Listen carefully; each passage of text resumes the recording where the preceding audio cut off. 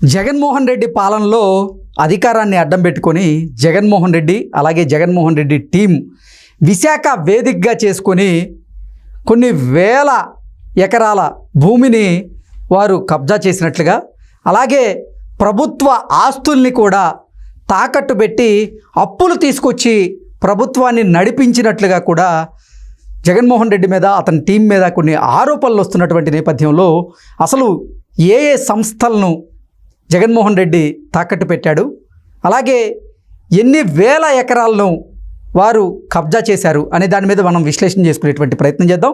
ప్రస్తుతం మనతో పాటు ఉన్నారు ప్రముఖ రాజకీయ విశ్లేషకులు అంకమరావు గారు. సార్తో మాట్లాడదాం. సార్ నమస్తే. సార్ నమస్తే. జగన్మోహన్ రెడ్డి పాలనలో అధికారాన్ని అడ్డం పెట్టుకొని జగన్మోహన్ రెడ్డి అలాగే అతని టీం విశాఖని వేదికగా చేసుకొని వారు ఎన్నో వేల ఎకరాలను కబ్జా చేశారని, అలాగే ప్రభుత్వ ఆస్తులు ఏవైతే ఉన్నాయో ఆస్తుల్ని తనఖా పెట్టి వారు పాలనని అందించారు అనేటువంటి ఆరోపణలు అయితే జగన్మోహన్ రెడ్డి మీద వస్తూ ఉన్నాయి. ఏంటి సార్, ఎన్ని ఎకరాలని జగన్మోహన్ రెడ్డి ఈ అధికారాన్ని అడ్డం పెట్టుకొని ఆయన కబ్జా చేశాడు, ఆయన టీం కబ్జా చేసింది, అలాగే ఏ ప్రభుత్వ రంగ సంస్థలను తాకట్టు పెట్టి ఆయన అప్పులు తీసుకొచ్చారు అంటే ఏం చెప్తారు? అంటే ఇప్పుడే ఈ 2019 నుంచి 2024 వరకే వాళ్ళు ప్రభుత్వ ఆస్తులకు సంబంధించి వాళ్ళకి ఎవరైతే వాళ్ళ మనుషులు ఉన్నారో, లేకపోతే జగన్మోహన్ రెడ్డి గారికి బదలాయింపు జరిగిందో ఇవాళ జరిగింది కాదు. అది 2004లోనే మొదలైంది ఆ ప్రస్థానం. 2009 వరకు యథేచ్ఛగా అక్కడ దోచుకున్నారు వాళ్ళు. ఓకే, బెనామీల పేరు మీద పెట్టుకున్న సాధ్యమే కదా అది. అట్లా రకరకాలుగా వాళ్ళ మనుషులకి దారాదత్తం చేశారు ఆ రోజు రాజశేఖర రెడ్డి గారు ప్రభుత్వంలో ఉండంగా. దాన్ని అక్కడ అటు విలువలు పెంచుకొని ఇంకా కొంత భూమిని స్వాధీనం చేసుకొని లబ్ధి పొందటం కోసం విశాఖపట్నాన్ని కేంద్రంగా ఎన్నుకున్నారు వీళ్ళు.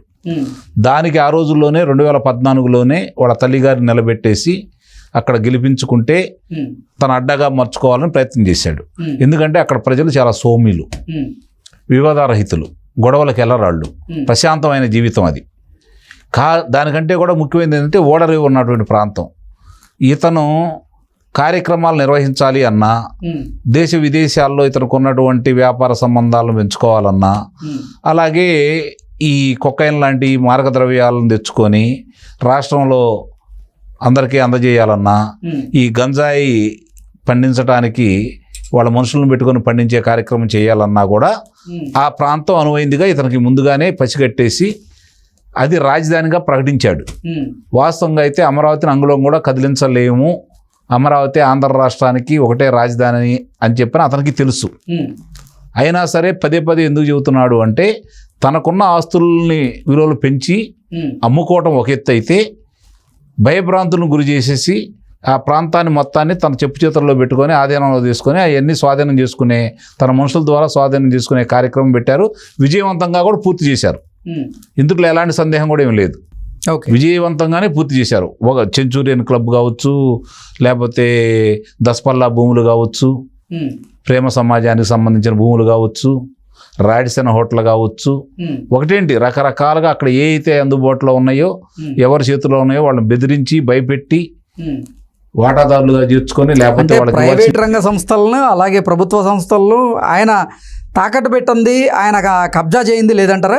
ప్రభుత్వ రంగ సంస్థలకు సంబంధించినంత వరకు అంటే స్వాధీనం చేసుకోవడానికి అవకాశం లేని భూములనేమో తాకట్టు పెట్టాడు.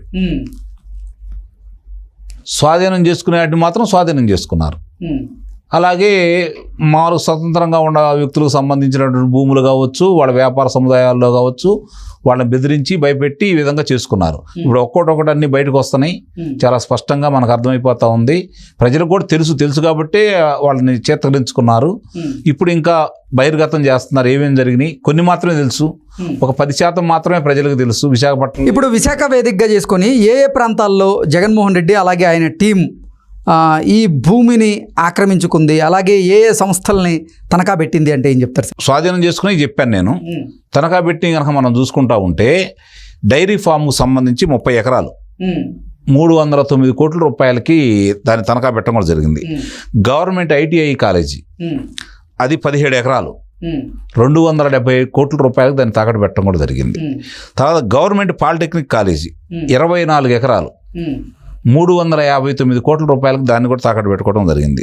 వీటన్నిటికంటే ఘోరం ఏంటంటే పోలీస్ క్వార్టర్స్ అండి, మరీ అన్యాయంగా 9 ఎకరాలు 215 కోట్ల రూపాయలకి దాన్ని కూడా తాకట్టు పెట్టారు.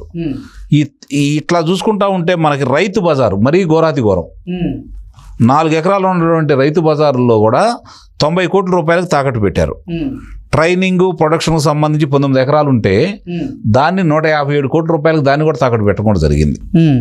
ఎంఆర్ఓ ఆఫీస్ అండి సీతమ్మదారిలో ఉన్నటువంటిది, 1 ఎకరం భూమిలో ఉన్నటువంటి ఎంఆర్ఓ ఆఫీస్ని 34 కోట్ల రూపాయలకు తాకట్టు పెట్టారు. అలాగే సర్కిల్ టవర్స్ 3 ఎకరాలు 81 కోట్ల రూపాయలకి తాకట్టు పెట్టారు. అలాగే డిఈ బంగ్లా 10 ఎకరాలు 203 కోట్ల రూపాయలకు తాకట్టు పెట్టారు.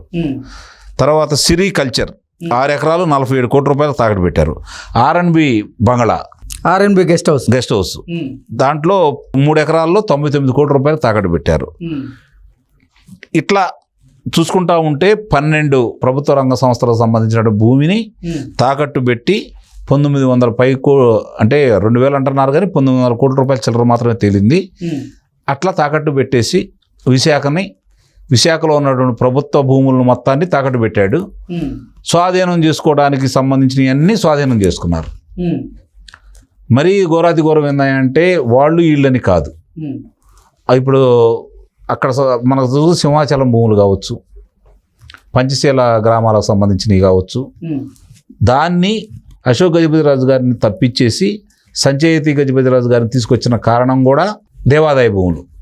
అలాగే మామూలుగా సింహాచలానికి సంబంధించినటువంటి భూములు, ఆ భూముల్ని కొట్టేయడం కోసం మాత్రం 1000 ఎకరాలు ఉన్నటువంటి భూములను కొట్టేయడం కోసమే అంత గొప్ప వ్యక్తిని కూడా అనరాని మాటలని అమర్యాదకరంగా ఆయన్ని తొలగించాలని చెప్పని ఆ ట్రస్ట్కి సంబంధించి ఆయన తొలగించాలని ప్రయత్నం చేశారు.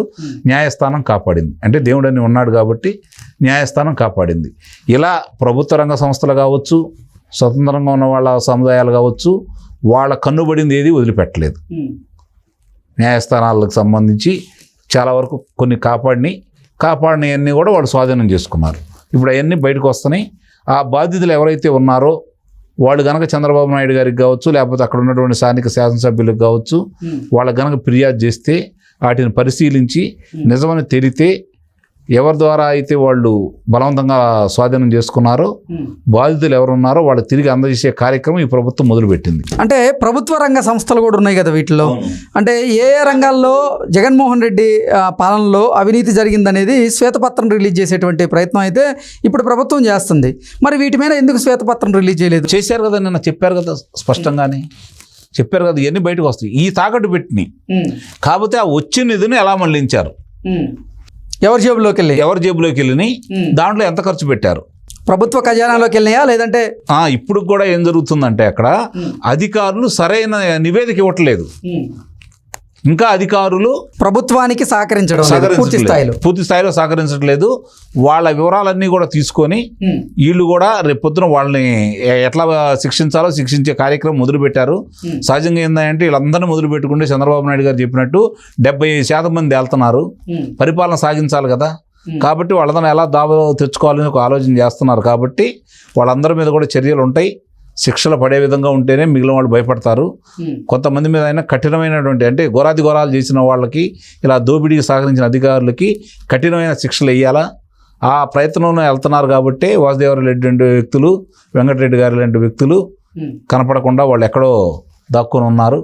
అవన్నీ కూడా వాళ్ళని కూడా తీసుకొచ్చేసి వాళ్ళకి శిక్షలు ఇచ్చే కార్యక్రమం చేస్తారని, కలుగులో ఉన్న ఎలికలన్నింటినీ కూడా బయటికి తీసుకొస్తేనే ప్రజలకు ఒక నమ్మకం ఏర్పడుతుందని అయితే నేను భావిస్తున్నాను.